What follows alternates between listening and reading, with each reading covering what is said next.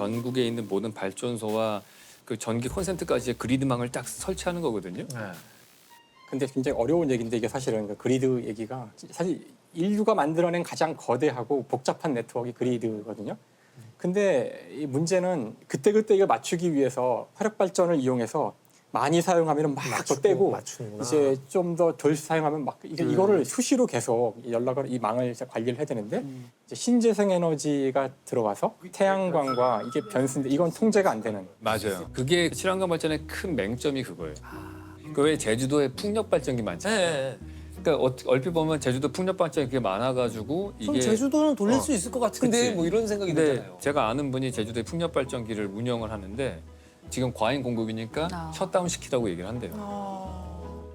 재생에너지의 생산량이 늘고 비중 또한 높아졌지만 제주의 전력 수요를 초과하는 문제도 나타났습니다.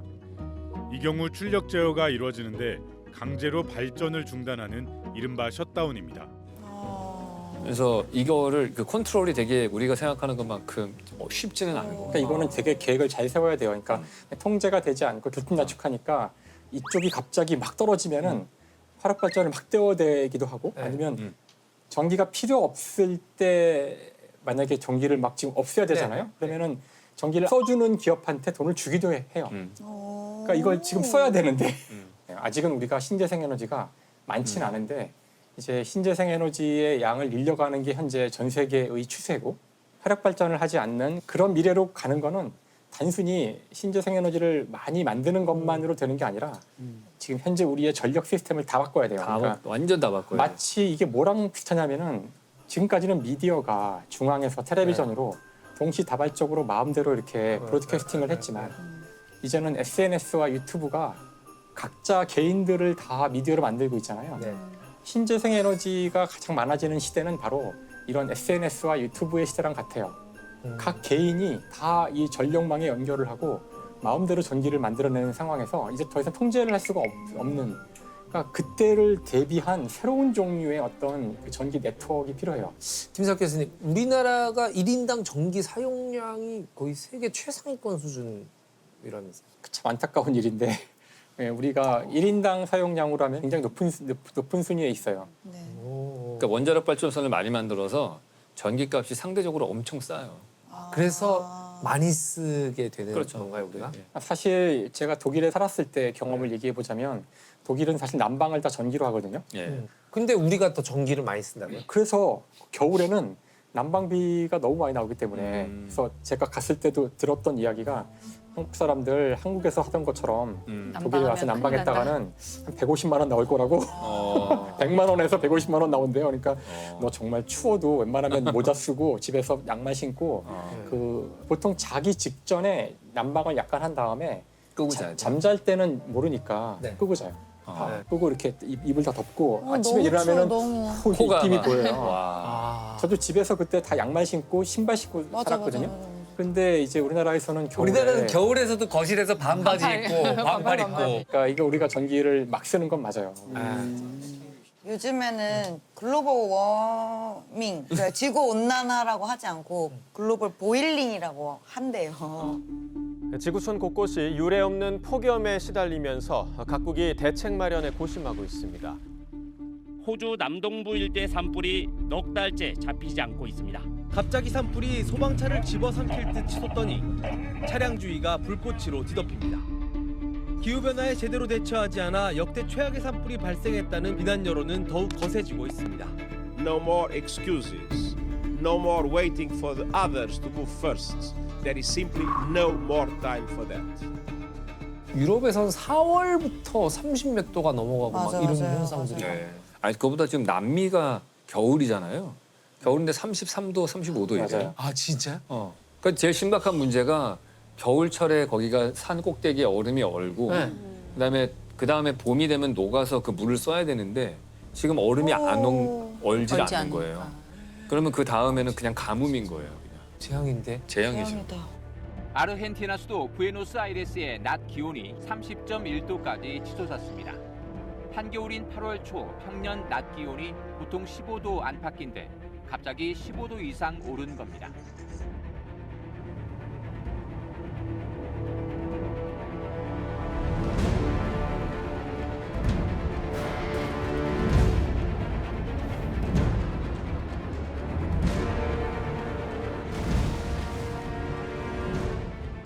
보통 기후 위기를 이야기할 때 이제 지구의 평균 온도가 올라갔다는 걸 얘기하는 거거든요. 그 평균 온도가 올라가는 거를 그 이유가 이산화탄소 때문에 그런 거고 이산화탄소는 사실 우리가 숨 쉴 때에도 나오는 거지만 사실 동물이 만들어낸 이산화탄소는 식물과 균형을 이루고 있어요. 네.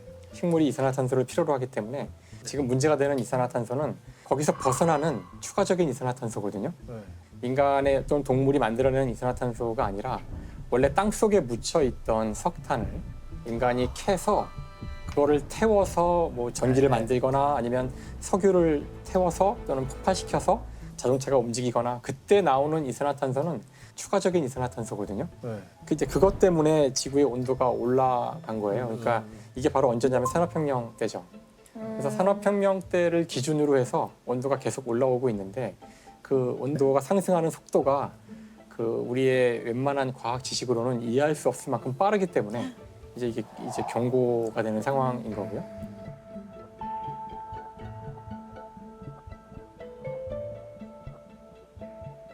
그래서 산업혁명 때를 기준으로 했을 때 지금 온도가 1.2도 정도 올랐어요.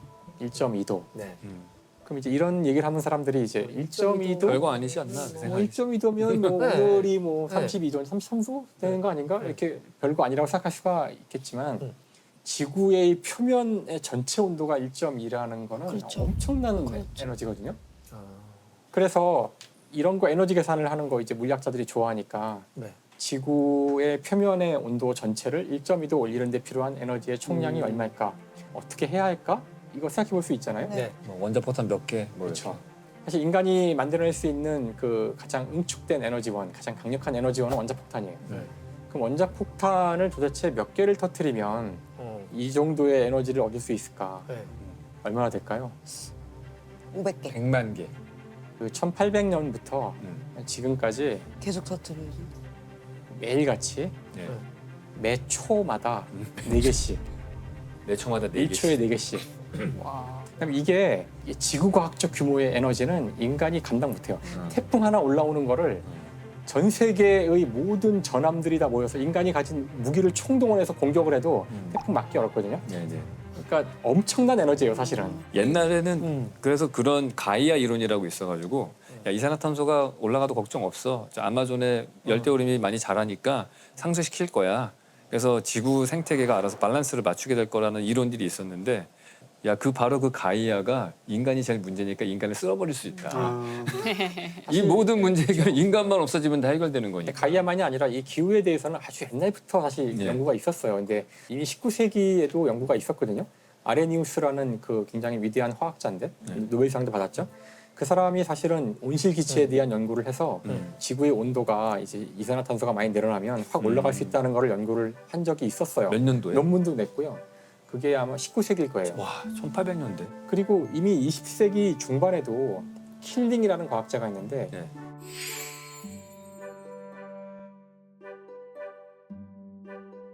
이 과학자도 역시 이산화탄소를 걱정을 해서 이거를 측정을 자기가 해야겠다. 아무도 안 하고 있을 때 그래서 조직적으로 측정을 해요. 그래서 하와이에 가서 차근차근 그 이산화탄소 농도를 재기 시작해요.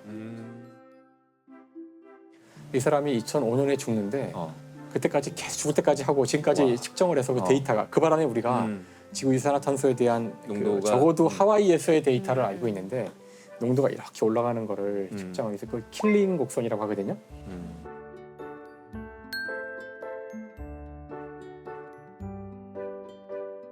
전 그 데이터가 참 재밌었던 게 이게 이렇게 쭉 올라가는 건 맞는데 이게 계절별로 뚝 떨어졌다가 올라갔다가 하는 게 반복돼요. 나무 이파리가 있으면은 광합성을 해서 없어요. 나무 이파리가 광합성을 하기 때문에 이산화탄소를 흡수해서 여름에 떨어졌다 올라갔다 이것도 보여요. 데이터에. 근데 아무튼 이미 50년 전에 그런 과학자들은 데이터들을 다 쌓고 있었고요. 아니 맨날 듣기만 하다가 이렇게 되게 뭐 기후변화 그냥 조금 더운 거 참으면 되겠지 뭐 이 정도만 생각하는데 이렇게 재앙적 수준인데 이게 대응 방법은 어떻게 얘기 그러니까 좀 왜 이렇게 심각한데? 아무 항상 궁금했어. 그래서 이제 제 생각에는 그러니까 이 문제는 다시 아마 인간이 해결을 못할 확률이 커요. 그래서 물론 열심히 노력을 더 하긴 해야겠지만 국제적인 노력을 하긴 해야겠지만 이상기후가 올 거라는 전제하에 전략을 짜야 돼요. 그렇죠. 이제는 네. 그러니까 더 지금보다 온도가 오를 것이고 아마 앞으로 더 심각한 그런 폭염이나 더 심각한 태풍이 많이 올 거예요. 그다음에 더 많이 추워질 거고, 그러니까 그에 대비해서 이제 건축도 마찬가지인데 그런 맞아요. 기준들을 높여야 돼요. 건물을 만들거나 이 하우스를 만들 때에도 더 극한 조건을 예상해서 적어도 10년, 20년 후에 더 안 좋아질 거라는 전제하에 만들어야 돼요. 그게 첫 번째 지금 우리가 할 일이에요. 근데 그게 참 엄청난 돈이 들어가는 일이니까 그렇죠. 사건이 생기기 전에 그 인프라에 투자하는 거를 선뜻 뭐지 그 말고도 풀어야 되는 문제가 너무 많고 맞아요. 건축에서는 그래서 최근에 어떤 일이 생기냐면은 태풍도 계속 오고 하니까 집을 지을 때 이제 돔 형식으로 짓는 거예요. 그러니까 둥글둥글하게. 아예. 예, 그래서 최근에 뉴스에 나왔는데 로버트 다우니 주니어가 새로 지은 집 보면은 약간 이글루 같은 형태야.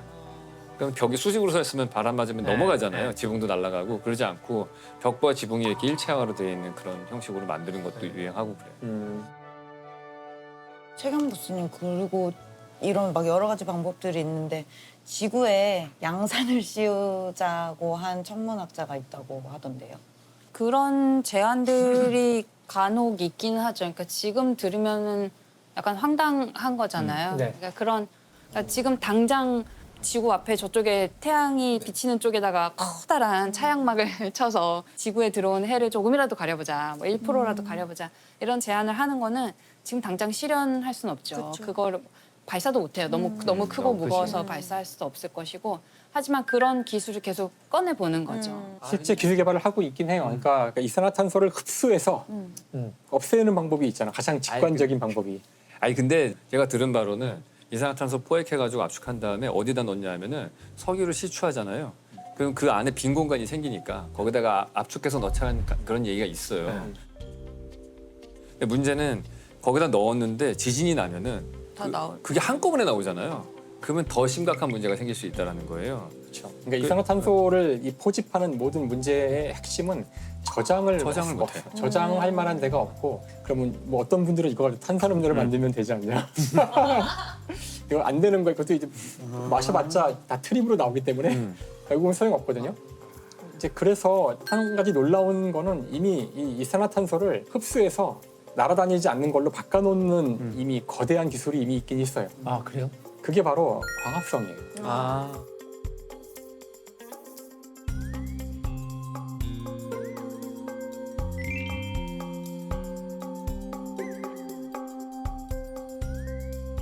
현재 인간이 1년 동안 만들어내는 이산화탄소를 다 없애기 위해 필요한 나무가 추가로 얼마를 더 심어야 될까? 얼마예요? 계산을 해보면 한국에 있는 모든 나무의 1000배 정도가 필요해요. 아휴. 그럼 지금부터 천천히 하면 되잖아요. 이게 아무튼 이런 약속이 안 된대. 그럼 누가 총대 맬 거냐? 지구의 표면이 그 정도도 되나요? 그러니까 이게 사실 항상 그렇지만 이 지구과학적 규모의 양이라는 게 망했어. 인간이 감당할 수는 없어요. 그래서 다음에 나무를 심는다고 이게 금방 그렇지 빨리 자라는 것도 아니고. 그 요즘 아끼려고 막 텀블러 쓰고 그래요, 에코백 맞아요. 쓰고 이런 거가 유행이잖아요. 네, 근데 에코백 되게 에코하지 않지 않아요? 너무 많아. 에코백이나 텀블러가 환경에 도움이 된다고 해서 한동안은 이제 모든 기념품이나 이런 걸 다 에코백을 많이 줬어요. 저희 집에도 너무 많아요. 에코백이 이만큼이 열몇 있는 개 거예요, 돼. 저는. 근데 이 에코백을 만드는 과정이 그렇게 에코하지만은 않다고 하더라고요. 그렇게 다 표면 처리를 해놓으면 당장 썩을 수 있는 그런 재질도 이제 아니게 되는 네. 거잖아요. 그러니까 장바구니를 비닐 대신에 한두 개를 쓰면 그것 때문에 그것은 절약일 수 있죠. 친환경적일 수 있죠. 그런데 비닐봉지를 쓰면 안 돼. 플라스틱을 쓰면 안 돼. 이러면서 에코백을 계속 사 모아요. 네, 이렇게 하면은 결코 환경에 도움이 안 되는 거죠. 참 어려운 게 이게 탄소 발자국이라는 게 있어요. 그러니까 그 물건을 만들거나 하기 위해서 얼만큼의 이산화탄소 배출이 필요했었는가에 네. 대한 수치거든요.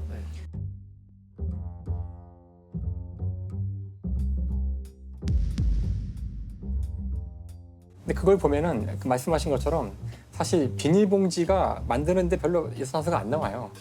의외로 그 석유화학공업에서는 많이 안 나오기 때문에 그 에코백 하나 만드는데 나오는 이산화탄소의 양은 비닐봉지 하나 만드는데 나오는 이산화탄소의 양의 130배인가? 그러니까 사실 에코백을 한 130회 130번은 이상 써야 효과가 이게 있는. 효과가 있는 거라서 사실 어떻게 보면은 비닐봉지를 내가 쓰는데 한 여러 번 번 쓰고 버리지 않고 여러 번 쓰면은 이 사람이 훨씬 더 이산화탄소 입장에서는 오히려 좋은 일을 한 걸 수도 있고 그다음에 또 하나 이제 그 사람들이 잘 모르시는 것 중에 하나는 딴 것들은 수치가 뭐 한 몇백 몇십 이런데 100만이 하나 있어요. 뭐야? 비행기예요. 아 그래요? 비행기 타고 인천에서 아, LA 같은 데 가는 게 자동차나 이런 게 뭐 1000 뭐 이런 데 만 뭐 이렇게 하는데 얘는 100만이에요.